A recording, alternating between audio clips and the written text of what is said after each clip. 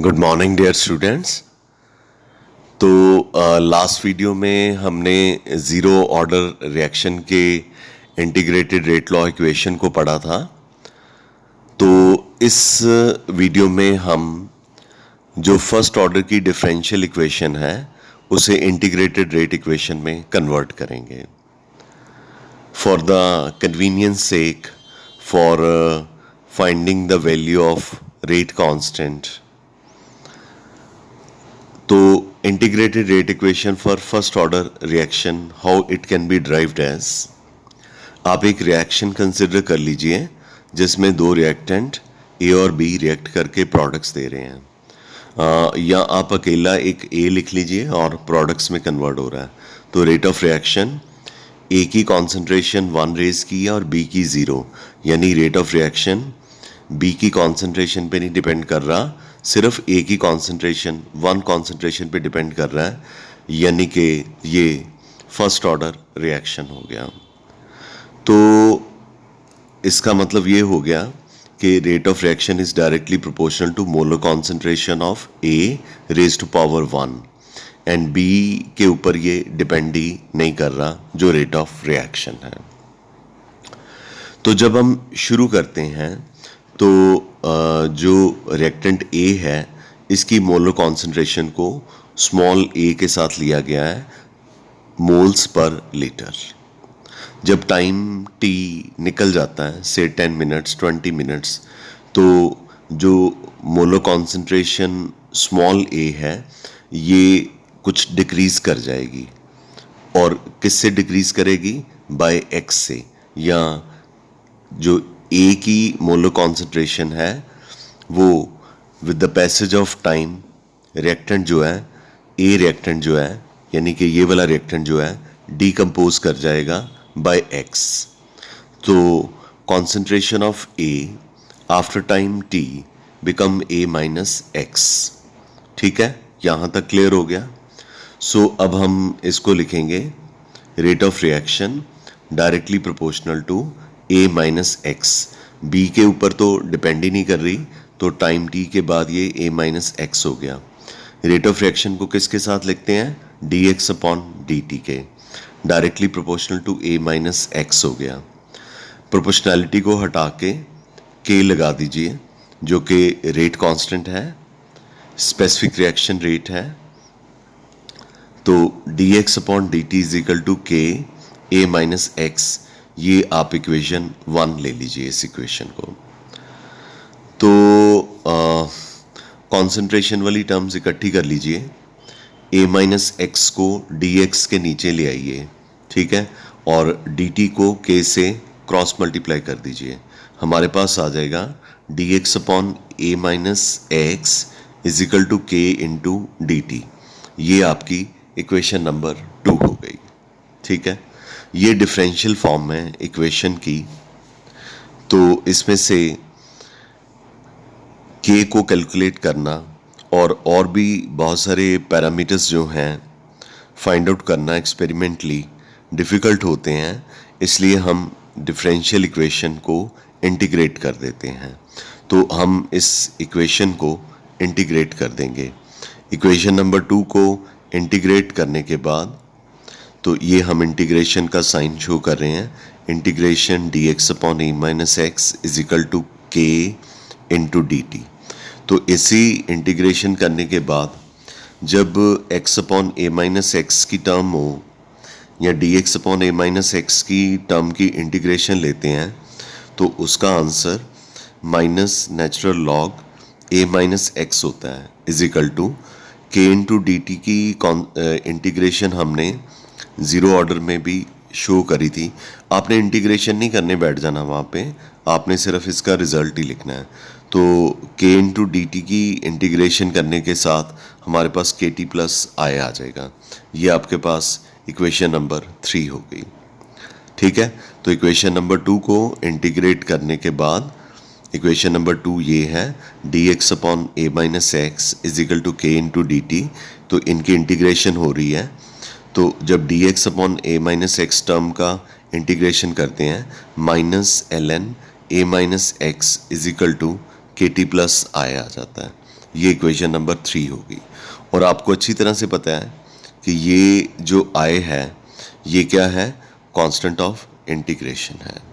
यहाँ तक क्लियर हो गया आपको? देख लीजिए एक बार। ओके, तो आई हमारे पास कांस्टेंट ऑफ इंटीग्रेशन है।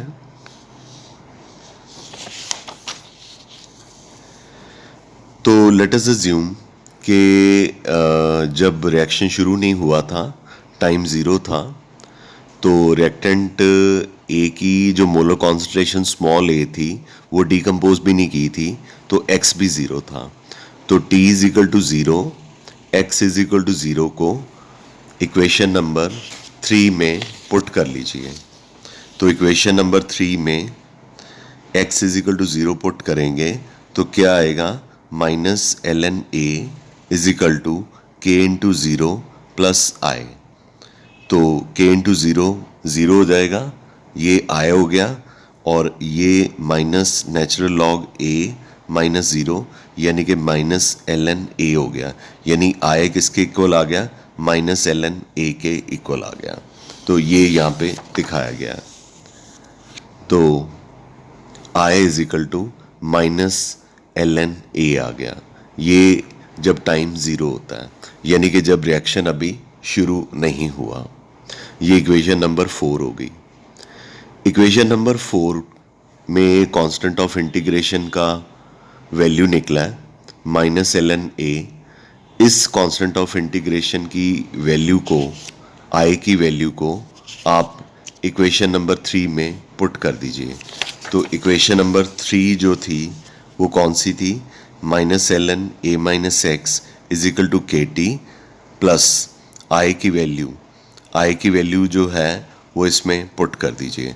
तो आई की वैल्यू आपकी क्या निकली है, माइनस एल एन ए, यानी कि आप यहाँ पे क्या पुट करेंगे, माइनस एल एन ए, और यहाँ से फिर आप के की वैल्यू निकाल लेंगे। तो वैल्यूज पुट करने के बाद तो आई की वैल्यू इक्वेशन नंबर 3 में पुट करने के बाद आई की वैल्यू जो कि माइनस एल एन ए है, तो हमारे पास minus l n a minus x bracket के अंदर is equal to k t, यहाँ पे आई था प्लस आई था, तो आई की वैल्यू क्या है, माइनस एल एन ए हो गया। तो जो कॉन्सेंट्रेशन वाली टर्म्स हैं वो इकट्ठी कर लीजिए।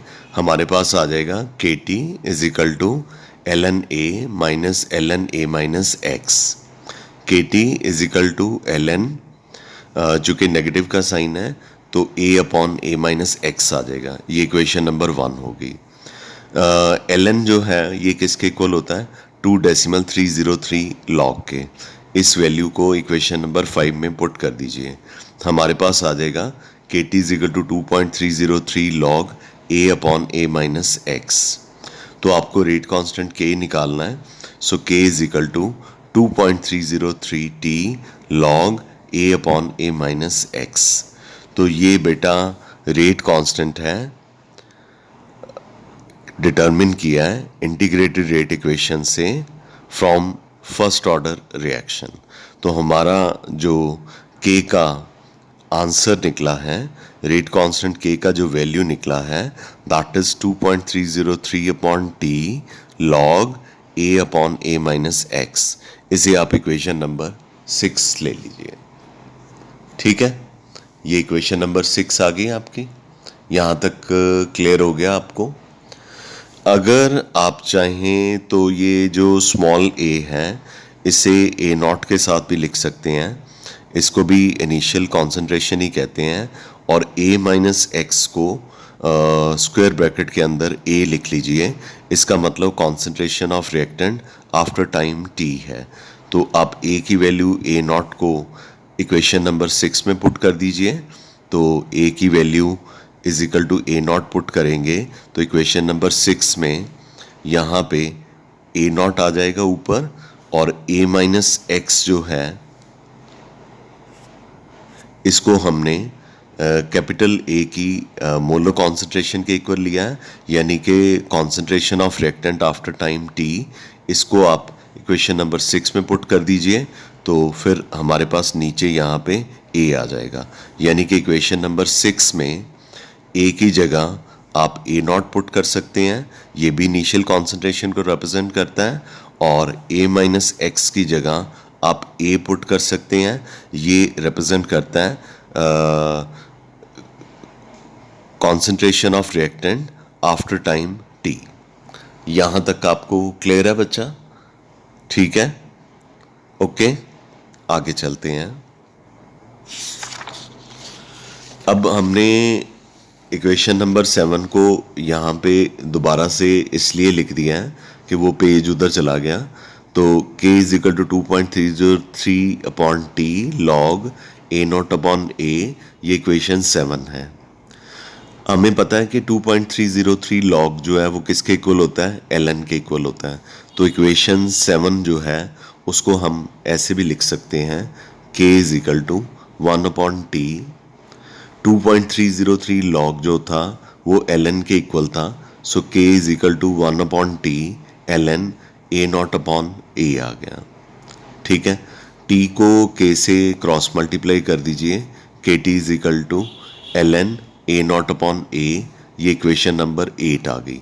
ये हमने सारा कुछ इसलिए लिखा है, हम इसे एक्सपोनेंशियल फॉर्म में लिखना चाहते हैं। इक्वेशन नंबर 8 अब आपके पास आ गई, kt is equal to ln a naught upon a। आप इसे एक्सपोनेंशियल फॉर्म में लिखना चाहते हैं, तो एक्सपोनेंशियल फॉर्म में लिखना हो तो ln की हेल्प से लिखा जा सकता है। तो ये आ जाएगा a naught upon a is equal to kt को एक्सपोनेंट बना दीजिए, e की पावर के फॉर्म में रेज कर दीजिए। ठीक है, तो हमारे पास आ गया a naught upon a is equal to e की पावर रेज कर दी kt। अगर आप a नॉट को नीचे लेके आना चाहते हैं, a को ऊपर लेके जाना चाहते हैं, तो ये जो पावर kt है ये माइनस kt बन गई। अब हमारे पास एक्सप्रेशन आ गया a upon a naught is equal to e की पावर माइनस kt। ठीक है, तो ये a नॉट जो है इनिशियल कॉन्सेंट्रेशन ऑफ रिएक्टेंट है, इसको इसके साथ क्रॉस मल्टीप्लाई कर दीजिए। क्रॉस मल्टीप्लाई करेंगे तो molar concentration a is equal to a naught minus a naught e की पावर माइनस kt, ये इक्वेशन नंबर 9 आ गई। अब एक जगह पे उन्होंने ये जो क्वेश्चन था इंटीग्रेटेड रेट इक्वेशन का ड्राइव करने के लिए दिया था, उन्होंने कहा था ये ड्राइव करो, c is equal to c not e की पावर माइनस kt। तो आपने सारी इक्वेशन वैसे ड्राइव करनी है। तो जो a है उसको a स्क्वायर के ब्रैकेट के अंदर आप डालेंगे तो मोलर कॉन्सेंट्रेशन ही होती है ना, उसकी जगह पे c लिख दिया, स्क्वायर ब्रैकेट नहीं डाली। और a नॉट का मतलब क्या होता है? इनिशियल कॉन्सेंट्रेशन, उसकी जगह पे c नॉट लिख दिया, बाकी e की पावर माइनस kt। तो ये इस तरह से भी मैंने आपको बताया। ठीक है, तो आपके पास ये एक्सप्रेशन भी आएगा। नॉर्मल कंडीशन में जो ड्राइव करने के लिए बोला जाता है वो यही होता है, k is equal to 2.303 upon t log a upon a minus x, या k is equal to 2.303 t log a naught upon a।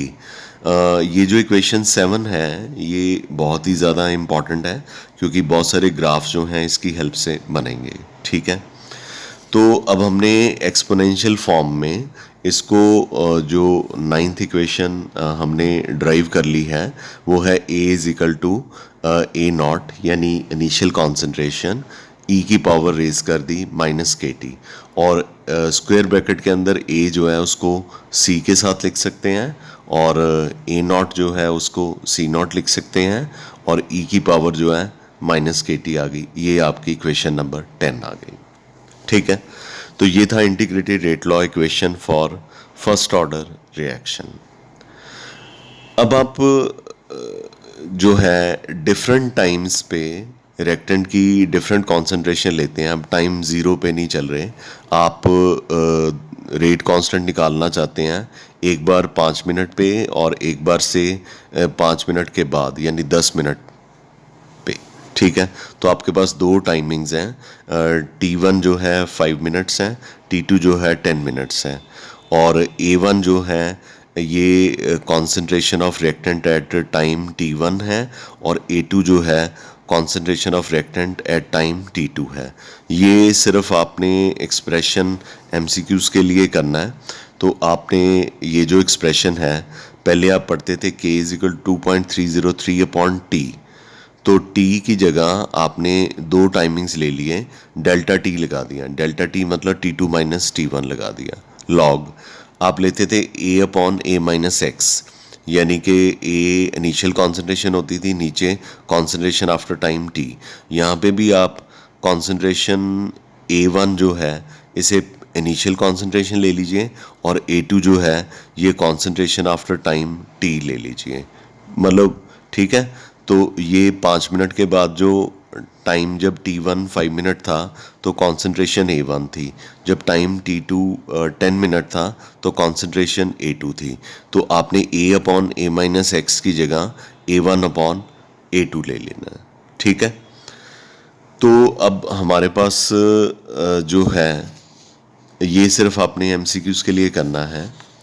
अब हमारे पास जो है हमने कुछ इम्पॉर्टेंट करेक्टरिस्टिक्स जो हैं फर्स्ट ऑर्डर रिएक्शन की पढ़नी है। तो फर्स्ट ऑर्डर रिएक्शन के लिए जो हमने ड्राइव किया हुआ है वो क्या ड्राइव किया हुआ है, K is equal to 2.303 T log A upon A minus x. तो इसको टेस्ट करना होता है कि ये हमारा जो K का वैल्यू फर्स्ट ऑर्डर रिएक्शन के लिए निकला है वो ठीक निकला है कि अलग निकला है। तो आपने क्या करना है कि नॉन कॉन्सेंट्रेशन A की, मतलब आपकी ये जो A की कॉन्सेंट्रेशन है आपको पता है, या A नॉट की कॉन्सेंट्रेशन A किसके इक्वल होता है, A नॉट के, और आपको A माइनस एक्स की कॉन्सेंट्रेशन भी डिफरेंट इंटरवल ऑफ टाइम पे पता है। तो आप इसको बार बार अलग अलग एक्सपेरिमेंट में नोट करते जाइए, और इस इक्वेशन में K is equal to 2.303 upon T log A upon minus x, जो कि इक्वेशन 6 थी पीछे, उसमें पुट करते जाइए तो K की वैल्यू निकालते जाइए। अगर K की वैल्यू कांस्टेंट, नियरली कांस्टेंट आ जाती है हर बार, तो ये जो रिएक्शन है, ये रिएक्शन जो है वो कौन से ऑर्डर का होगा, फर्स्ट ऑर्डर का रिएक्शन होगा। ये आपने सब्स्टिट्यूशनल मेथड से इसका फर्स्ट ऑर्डर रिएक्शन को की जो इक्वेशन है उसे प्रूव किया है कि अगर K की वैल्यू जो है वो हर बार नियरली सेम आती है, अगर आप बार बार A और A माइनस एक्स की वैल्यू इस इक्वेशन में पुट करते हैं, तो अगर K की वैल्यू नियरली सेम आ जाती है हर बार, तो रिएक्शन जो है वो कौन से ऑर्डर का होगा, फर्स्ट ऑर्डर का रिएक्शन होगा, ठीक है। ये सब्स्टिट्यूशनल मेथड था जिससे हमने ये बताया कि ये जो इंटीग्रेटेड रेट लॉ इक्वेशन है ये करेक्ट है। अब आप इसे ग्राफिकल मेथड से ले सकते हैं। आप इक्वेशन फिर से वही जो कि इक्वेशन नंबर 6 थी जो ड्राइव की थी, K is equal to 2.303 upon T log A upon A minus x ले लीजिए। तो आप T और 2.303 को K के साथ क्रॉस मल्टीप्लाई कर दीजिए। T K के साथ मल्टीप्लाई हो जाएगा, 2.303 इसके नीचे आ जाएगा, K अपॉन 2.303 हो गया, 2.303 K के नीचे चला गया, T K के साथ मल्टीप्लाई हो गया, इज इक्वल टू क्या बच गया, log A upon A minus x, log A upon A minus x. क्योंकि हमने ग्राफ बनाना है तो हम टर्म्स को सिंप्लीफाई कर रहे हैं, और लॉग A जो है वो A नॉट के इक्वल होता है, A माइनस एक्स जो है वो किसके इक्वल होता है, A की मोलर कॉन्सेंट्रेशन के इक्वल होता है। तो हमारे पास आ गया K into T upon 2.303 is equal to log, ये A नॉट है, ये A है, यानी log A naught minus log A, ठीक है, log A naught minus log A आ गया आपके पास, ठीक है। आपको पता है ना कि इसको ऊपर लेके जाएंगे तो ये नेगेटिव का साइन आ जाएगा। तो अब इसमें से हम लॉग A यानी कि concentration of reactant A after time T का लॉग ले लेते हैं, ये नेगेटिव से प्लस हो जाएगा, इसको अगर आप लेफ्ट साइड पे ले जाएं तो ये लॉग ए हो जाएगा, और ये वाली जो वैल्यू है के टी अपॉन 2.303 इसे राइट हैंड साइड पे ले जाएंगे तो ये नेगेटिव के अपॉन 2.303 टी हो जाएगा, और साथ में लॉग ए नॉट जो है प्लस की फॉर्म में दी गई है, तो ये इक्वेशन 1 होगी। ये सारा कुछ हमने इसलिए किया है कि हमने यहाँ पे ग्राफ ड्रॉ करना है लॉग ए वर्सेस टाइम के बीच में। तो लॉग ए वर्सेस टाइम के बीच में ग्राफ ड्रॉ करेंगे तो ये जो इक्वेशन 1 है ये स्ट्रेट लाइन इक्वेशन है, ये y is equal to m x plus c को ओबे करती है, जिसका मतलब ये फर्स्ट ऑर्डर रिएक्शन है, जो स्लोप होती है वो कांस्टेंट्स के इक्वल होती है। तो लॉग ए और टी एक दूसरे के डायरेक्टली प्रोपोर्शनल हैं, लॉग ए अपॉन टी ये एक दूसरे के डायरेक्टली प्रोपोर्शनल हैं, तो ग्राफ जो है वो स्ट्रेट लाइन ग्राफ होगा, लेकिन ये नीचे की तरफ डिसेंड कर रहा है क्योंकि यहाँ पे जो साइन है वो कौन सा है, नेगेटिव साइन है, तो स्लोप किसके इक्वल होगी, माइनस के अपॉन 2.303। तो ये ग्राफिकल मेथड में अगर आपके पास स्ट्रेट लाइन आ जाता है और स्लोप जो है माइनस के अपॉन 2.303 के इक्वल है और ये y is equal to m x plus c को ओबे करती है, इक्वेशन ऑफ स्ट्रेट लाइन है, ग्राफिकल मेथड प्रूफ करता है कि ये जो फर्स्ट ऑर्डर का रेट कांस्टेंट का answer k is equal to 2.303 upon t log a upon a minus x निकालना है, ये आपका करेक्ट है। क्लियर है? तो इस तरह से हमने कुछ इम्पॉर्टेंट करेक्टरिस्टिक्स जो हैं फर्स्ट ऑर्डर रिएक्शन के जो हैं वो कैलकुलेट कर लिए हैं। ठीक है, अब ये ग्राफ हमने लॉग ए वर्सेस टी के बीच में बनाया था, यानी ये एक दूसरे के डायरेक्टली प्रोपोर्शनल थे, तो माइनस साइन की वजह से ग्राफ को नीचे की तरफ, स्ट्रेट लाइन को नीचे की तरफ डिसेंड किया था और स्लोप कांस्टेंट के इक्वल होती है, तो कांस्टेंट यहाँ पे एक तो k है, एक 2.303 है। ठीक है, यहाँ तक क्लियर हो गया। अब इस इक्वेशन को थोड़ा सा ट्विस्ट करेंगे, इक्वेशन नंबर 1 जो है, तो ट्विस्ट करने से पहले मैं फिर से आपको वहाँ पे ले जाता हूँ। ये मैं बार बार इसमें नोट्स में इसलिए लिख रहा हूँ क्योंकि किताब में वो क्या करते हैं, ये जो मैंने आर्टिकल्स आपको यहाँ तक आज करवाना है हाफ लाइफ पीरियड से ऊपर, तो किताब में क्या करते हैं कि इतने तक की इक्वेशन 1 2 3 4 5 6 7 8 9 10 11 12 13 14 15 16 ऐसे कर देते हैं। तो I am not doing like that. तो व्हाट आई एम डूइंग कि मैंने बार बार टॉपिक का नाम चेंज करके इक्वेशन 1 2 दोबारा से शुरू कर दी है। तो आपके पास ये equation k is equal to 2.303 upon t log a not upon a पहले आ चुका है। ठीक है, आ चुका है। तो क्या आप t को k से मल्टीप्लाई कर दें और 2.303 को इसके नीचे ले आएं, तो जैसे पहले किया था तो चलेगा, is equal to log a not upon a. तो पहले आपने क्या किया था, जो ग्राफ ड्रॉ किया था लॉग ए वर्सेस टाइम के बीच में ड्रॉ किया था। अब आप क्या कीजिए, इस पूरी term log a not upon a versus time के बीच में ड्रॉ कर दीजिए ताकि ग्राफ जो है वो पॉजिटिव आ जाए और पॉजिटिव स्ट्रेट लाइन ग्राफ आ जाए। तो आप log a not upon a versus t, log a not upon a is proportional to temperature, time, t small t for time. ठीक है, गलती से टेम्परेचर बोला गया क्योंकि हम टी को टेम्परेचर से डेजिग्नेट करते हैं। So log a not upon a is directly proportional to time, तो ये टाइम टी ले लिया। तो यहाँ पे कहीं पे भी नेगेटिव साइन नहीं है जैसे कि पिछले ग्राफ में था, तो ये स्लोप जो है वो किसके इक्वल आ जाएगी, k अपॉन 2.303, ये पॉजिटिव स्लोप है। ठीक है, तो आप वीडियो वॉच कर सकते हैं वीडियो वॉच करने के बाद किताब में से भी अगर पढ़ना चाहें तो पढ़ सकते हैं। वहाँ पे पेजेस कॉन्टिन्यूटी में मिल जाएंगे, यहाँ पे भी कॉन्टिन्यूटी में है पर पेज उल्टाने पड़ते हैं। वहाँ पे छोटा छोटा ब्रीक ब्रीक लिखा होता है उन्होंने, तो एक ही पेज में यहाँ से शुरू करते हैं यहाँ तक ख़त्म कर देते हैं, तो सारी इक्वेशन एक ही लीफ में मिल जाती हैं। तो अगर आप पढ़ना चाहें यहाँ से समझने के बाद वहाँ से भी पढ़ सकते हैं, लेकिन ये जो नोट्स में है ये सिंप्लीफाइड है। पर इसका सबसे बेस्ट मेथड पता क्या है, आप इसको पहले अपनी नोटबुक पे नोट कर लीजिए। ये जो मैं नोट्स आपको भेजने लगा हूँ ये आप इसको नोट कर लीजिए और ऐसे पिन पेज पे नोट कीजिए, यानी कि पेज ऐसे होना चाहिए, आधा आर्टिकल इधर आ जाए आधा इधर आ जाए, सारी इक्वेशंस आपकी इकट्ठी आ जाएंगी। सारी इक्वेशंस जब आपकी इकट्ठी आ जाएंगी तो आपको कोई भी इक्वेशन देखनी होगी तो वहाँ से देख सकते हैं। फिर आप वीडियो वॉच कीजिए तो रजिस्टर आगे रख के वीडियो वॉच कर सकते हैं और आपको 120% ये आपको क्लियर हो जाएगा।